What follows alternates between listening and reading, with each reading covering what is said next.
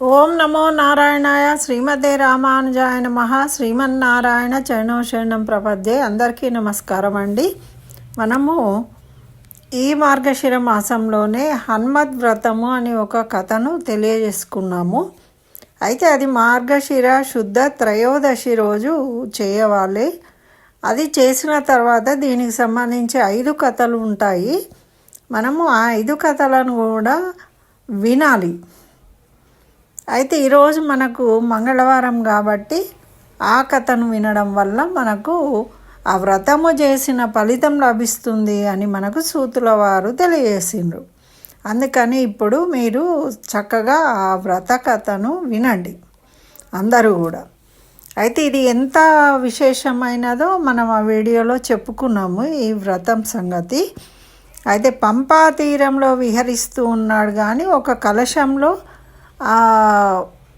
పంపా నదిని హనుమద్ స్వామిని ఆహ్వానం చేసుకొని మనము ఈ వ్రతం చేయాలి అని చెప్పాము. అయితే మనము అవన్నీ చేసినప్పటికీ చేయనప్పటికీ కేవలం హనుమత్ స్వరూపానికి నమస్కరించుకొని కథ విన్నను మనకు అన్నిటా విజయం కలుగుతుంది, కోరికలు నెరవేరుతాయి, ఆయుష్ పెరుగుతుంది, ఆయుష్మంతము అని మనకు సూతుల వారు తెలియజేసారు. కాబట్టి స్వయంగా మా వ్యాసుల వారు తెలియజేసిన వ్రతం కాబట్టి అందరూ వినండి. ఇందులో 2వ కథని ఈరోజు చెప్పుకుందాం.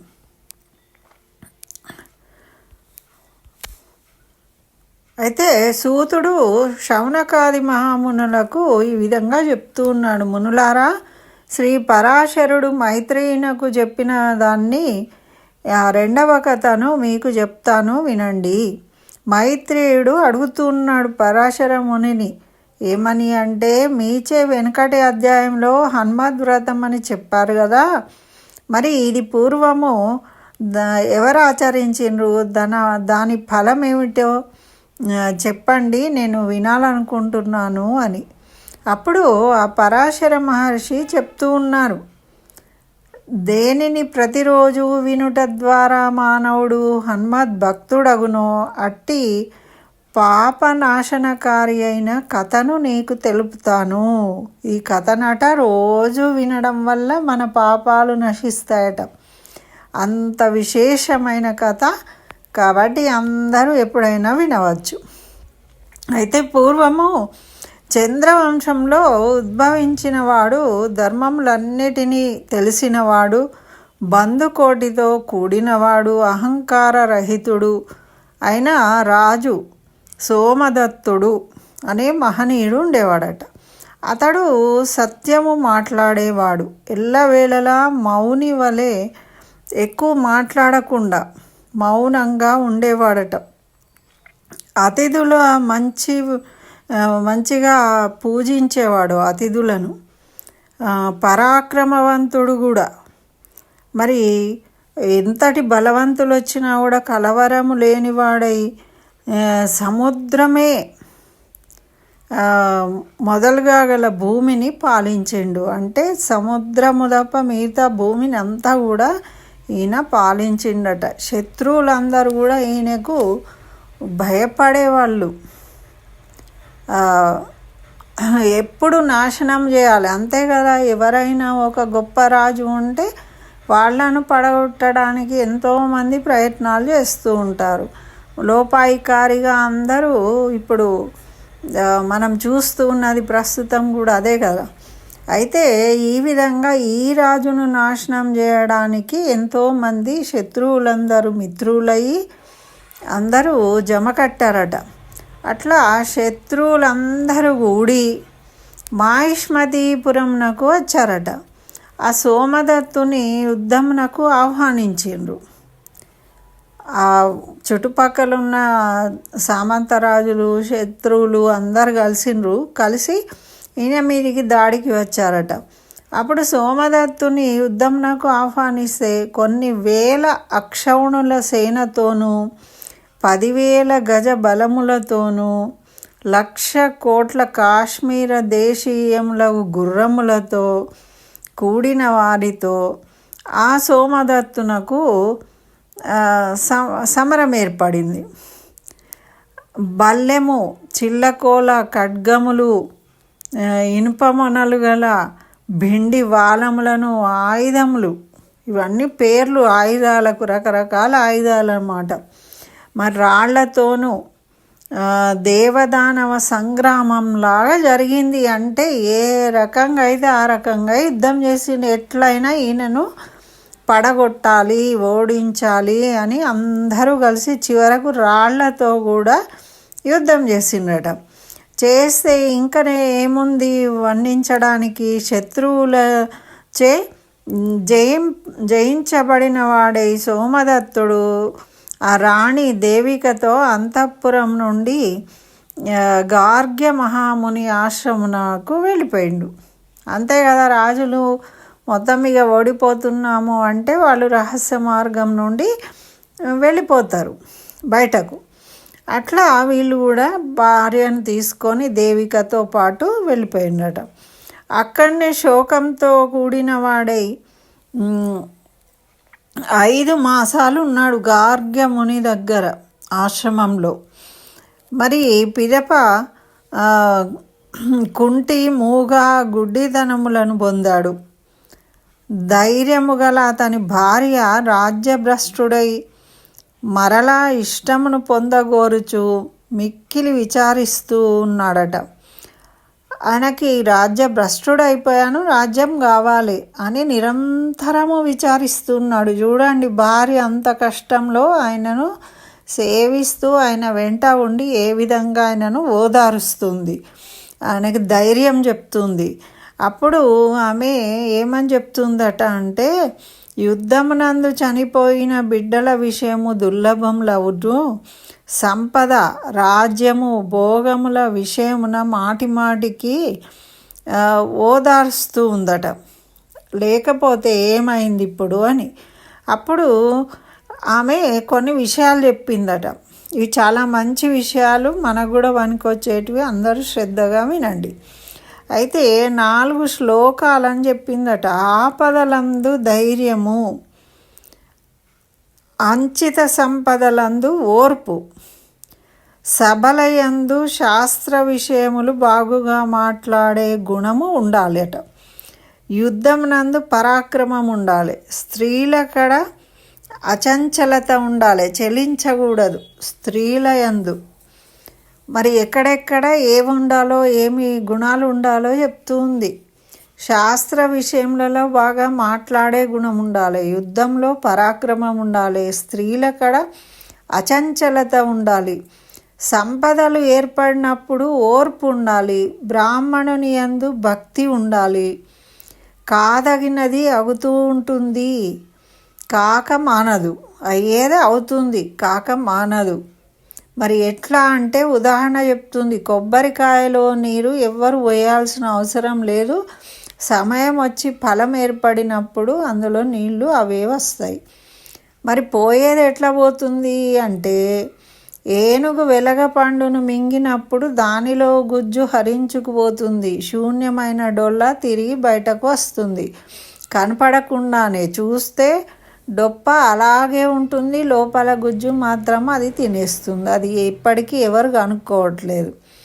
అట్లా రావడమేమో కొబ్బరి నీళ్ళలాగా ప్రత్యక్షం అవుతాయి, పోవడమేమో వెలగపండులాగా పోతుంది.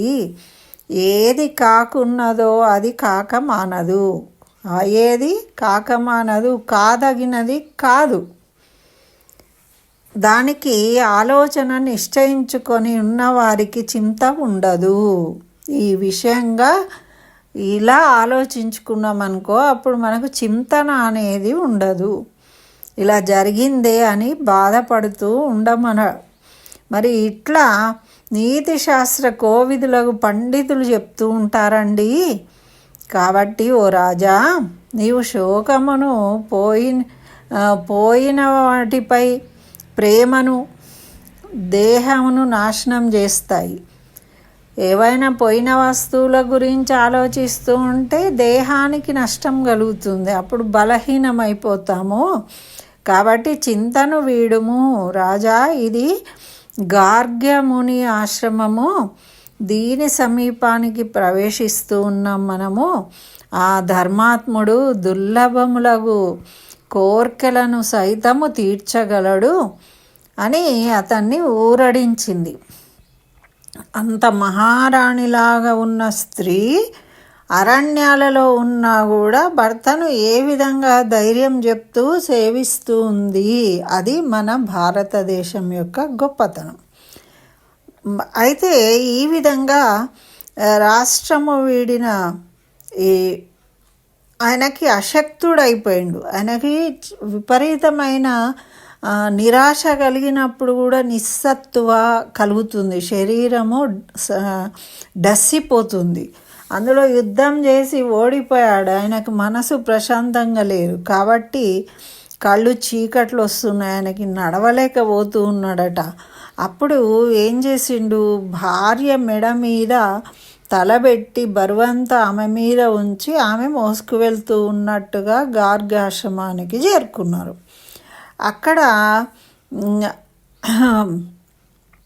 అక్కడి నుంచి పలుమార్లు మునికి వినమ్రురాలై నమస్కరించింది ఆమె. అప్పుడు సాధ్వి అయిన అక్కడ ఏం జరిగిందట అంటే, సాధ్వి అయిన బలసి ఉన్నతము అయిన కుచములు గల చంద్రుని వంటి ముఖము గల మంచి వెంట్రుకలు గల దొండపండు వంటి పెదవి గల మధురముగా మాట్లాడగల చెవుల వరకు వ్యాపించిన నేత్రములు గల వెన్నెల వలె స్వచ్ఛమగు కాంతి గల దేవికయను 20 ఏండ్ల ప్రాయం గల కన్య ప్రత్యక్షమైందట అక్కడ. అయితే కోమలమగు నయనం నవ యవ్వనములు గలది, శ్యామల వర్ణము గలది, కలువ కంటే ఇంకా ధర్మ బుద్ధి గలైన ఒక ఆమె ఏం చేసింది, ఈమె భర్తను రక్షించుము, పతిని రక్షింపుము అని వేడుకుంటూ ఉన్నదన్నమాట. అయితే ఈ మహానుభావ, శత్రువులచే పీడింపబడి పతితో కూడి వచ్చాను, ఈ రాజు రాజ్యం నుండి తొలగినవాడు, మిమ్ము శరణు పొంది ఉన్నవాడు ముని అప్పుడు ధ్యానం చేసి ధ్యాన మార్గంలో నేత్రంతో చూసి సమస్త విషయాలు తెలుసుకున్నాడు. అసలు వీళ్ళు ఎవరు, ఎక్కడి నుంచి వచ్చిండ్రు, ఏం సంగతి, వీళ్ళ పరిస్థితి ఏంటి అన్నీ తెలుసుకున్నాడు. అంటే వాళ్ళ బ్యాక్గ్రౌండ్ అంతా వీళ్ళకు తెలిసిపోయింది అసలు ఎవరినో అనేది. అప్పుడు మునిసత్తముడైన గర్గుడు రాణి ప్రియుడగు రాజును గూర్చి ఈ విధంగా చెప్తూ ఉన్నాడు. మీకు ఏర్పడిన కష్టము చాలా గొప్పది, సర్వశూన్యమై మిక్కిలి సహింపరానిది, కాబట్టే ఈయన అట్లా తయారైండు. మరి దేనిచే విధి ఏర్పడినదో చెప్పేదను. ఈ విధంగా ఎందుకు జరిగింది మీకు, విజయము నీయగల ఉత్తమ మంత్రమును అనుష్ఠించలేదు, మీరు ఎప్పుడు కూడా ఒక మంచి మంత్రాన్ని అనుష్ఠించలేదు. ఓ రాజా, నీచే ఉత్తమమైన వ్రతములు చేయబడలేదు, అందుచే నీ విట్టి భరింపరాని గతులకు పడినావు. ఈ విధంగా నీకు జరిగింది, నువ్వు ఓడిపోవలసిన పరిస్థితి ఏర్పడింది అంటే అప్పుడు రాజు ఏమంటున్నాడు, ఓ భగవంతుడవగు గగముని, మంత్రోపాసన విషయమున వ్రతమునందును నేను అశక్తుడను, అయినను శక్తి కొలది చేయగలను. అన్ని మంత్రములలో మహారాజు వంటి అయిన ఫలప్రదమైన మంత్రాన్ని ఉపదేశించుము. మరి శక్తి కొలది వ్రతములు కూడా చేస్తాను నేను.